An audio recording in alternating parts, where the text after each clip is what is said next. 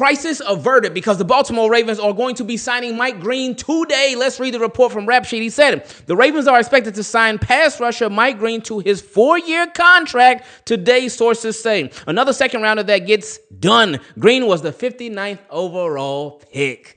And that video that we put out a little earlier today, which a lot of y'all didn't even get notifications on. Real quick, before we jump into things, put in the comment section if you got the notification for this video. Please let me know. I'm trying to see something. I appreciate y'all. But anyway, in that video, we talked about how it was lining up for Mike Green to sign with the Baltimore Ravens very, very soon. We didn't know it was going to be today, but what a crazy coincidence, right? Because the 49ers and their 43rd overall pick, he signed. It wasn't a fully guaranteed contract, but it was a lot of guaranteed money. And then the Chicago Bears, their pick that got picked at 62 overall, he signed. So we were like, okay, the Baltimore Ravens, they could have a plan for Mike Green to sign his contract. And apparently they did because they are getting it done. So this is nice. This is great for the Ravens. This is great for Mike Green because now there are no more setbacks. There's nothing holding him back. Now he can officially be a part of the Baltimore Ravens. Now we ain't got to wonder, oh, man, how would they look if Mike Green was out there on the field? Oh, man, how would it be if Mike Green was out there participating in training camp? Now we ain't even got to worry about that because we'll know.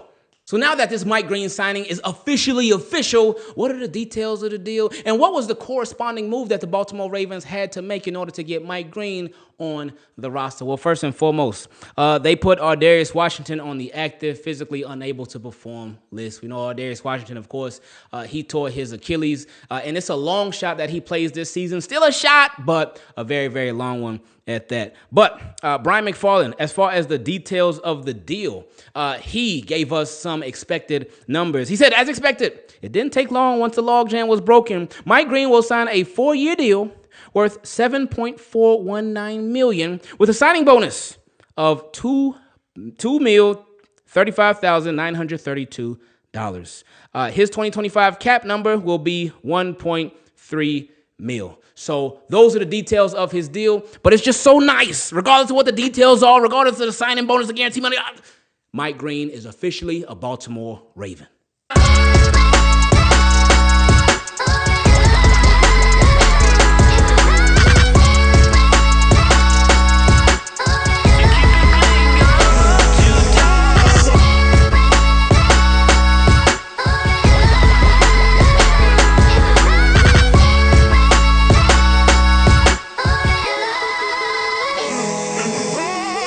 So now we at my favorite part of the videos where we feature your questions. Send an email to teamkeepitclean@gmail.com if you want to be part of it. Or if you want to become a Team Keep It Clean patron and show the channel a little extra support, go to patreon.com/Ingravenvids and send your question in a DM on there. First question came from my guy, Jarvo. He said, got these questions from Coach, so let's get straight to it because it's lengthy. All right, here we go. He says, so number one, who wins the kicking job between Tyler Loop and John Horland? I'm going to go with Loop, especially with the Baltimore Ravens having drafted him.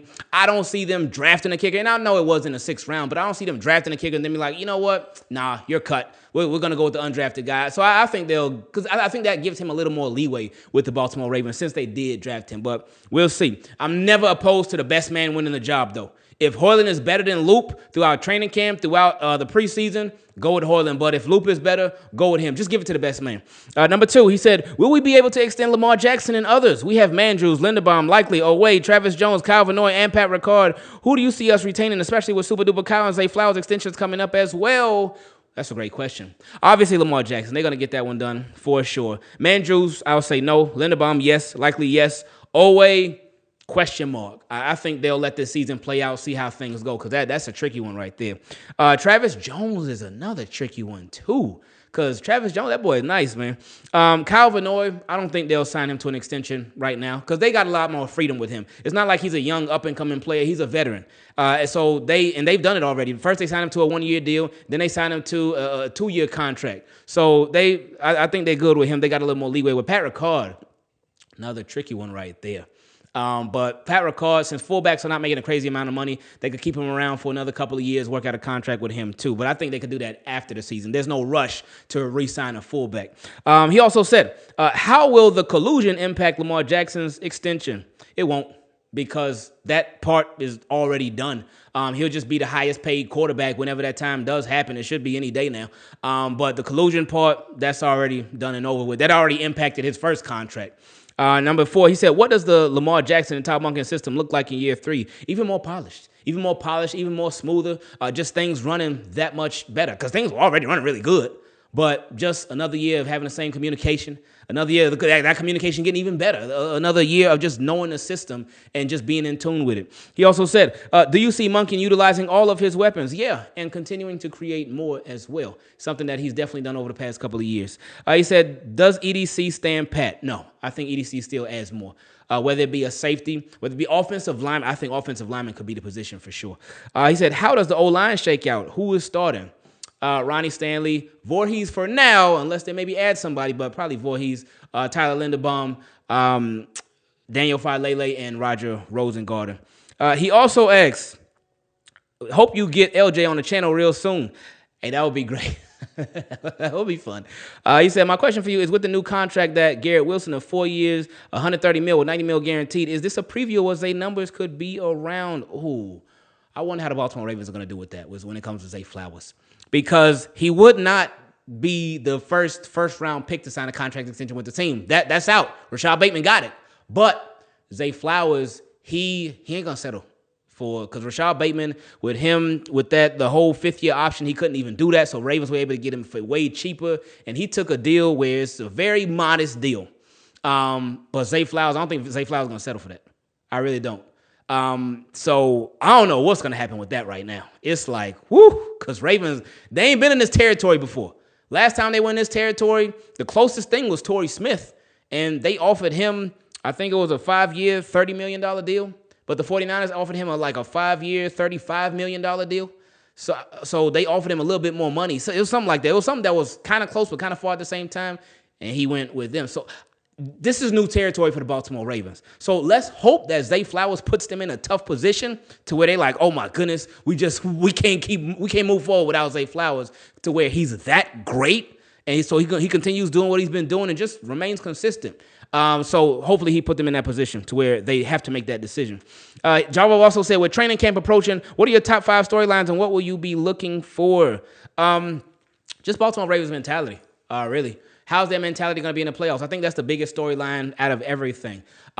Year 3 in Todd Monken's system, can this offense be even better than they were the previous years? Number 3, how will that offensive line be? Obviously, most of them are the projected starters, are guys who have already been on the team, so you're going to have that familiarity, which is great. You'll have that rapport, which is amazing.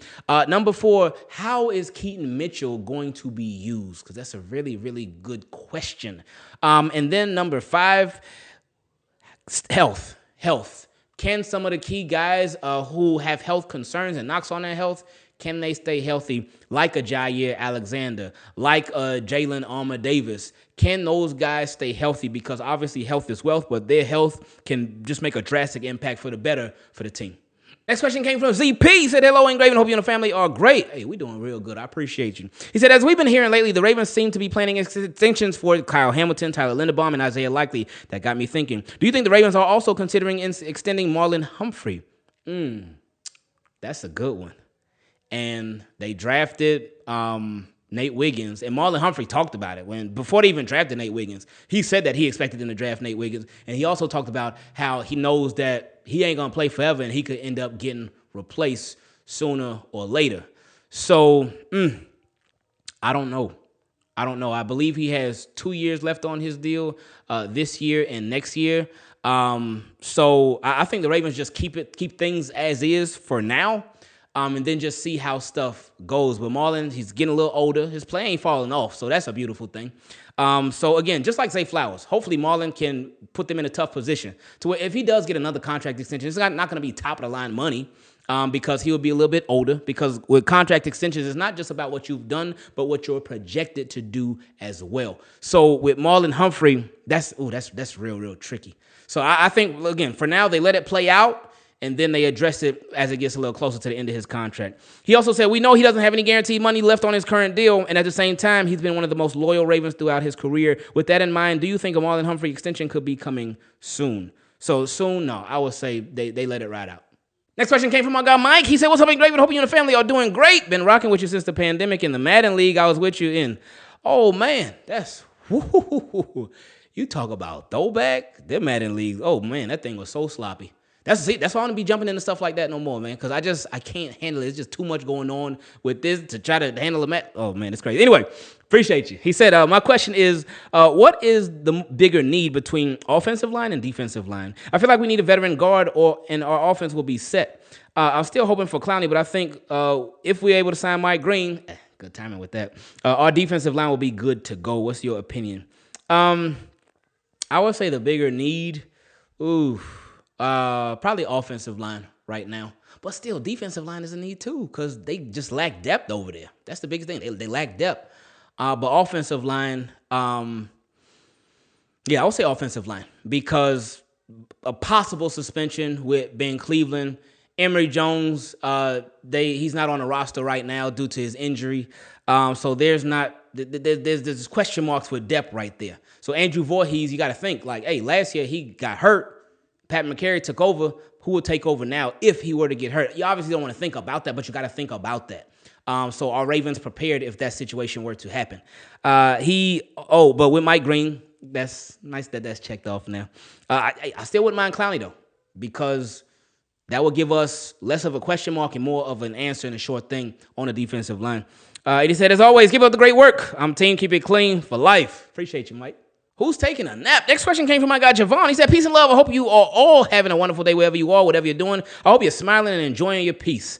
I love that, enjoying your peace, because peace is important. He said, I'm over here excited about this upcoming season. We have all the pieces to this chessboard to be great this year. I want to just give my opinion on offense and defensive sleepers on our team this season. I'll start with defense. I feel like we have the secondary to keep any QB second guessing. Even with us unsure who plays next to Roquan, I'm very confident in the secondary. I feel if this player gets to the play time, he will show out, and that is none other than Aeneas Peebles. Ooh, okay. That's definitely a sleeper right there. I like it. He said, I think he's a DOG. And with that secondary making the QB hold the ball, he will have 6 to 8 sack seconds or 6 to 8 sack season if given the opportunity. On offense, our biggest question is with the O-line, who in my opinion did an okay job protecting Lamar and opening gaps for Derrick Henry last year.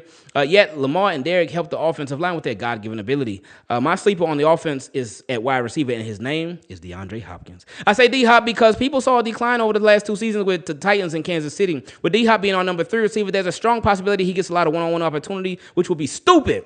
But hey, it's the NFL. Stupid things happen. I like that. That's a good point.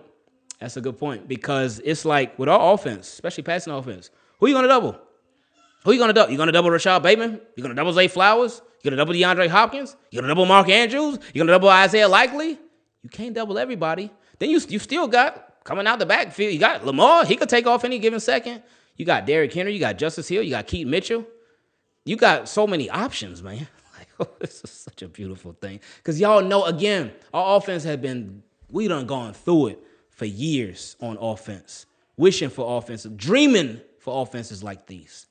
And we finally got it. Anyway, he said if D-Hop goes healthy this season, I believe he could have 8 to 10 touchdowns with over 600 yards. Who are your sleepers? One from offense and one from defense. Thank you for reading my question, brother. No, I appreciate you even sending it.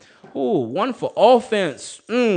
One for offense. I was getting ready to put this chain down. Hey, shout out to them Flock boys. We got a giveaway for not 1, not 2, but we're going to give away 3 of these real soon. Y'all make sure y'all stay tuned.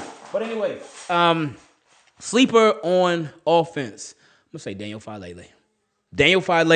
Going into his second year playing guard. Again, a lot of people forget. I know he struggled at times and whatnot, but a lot of people forget last year was his first year playing guard.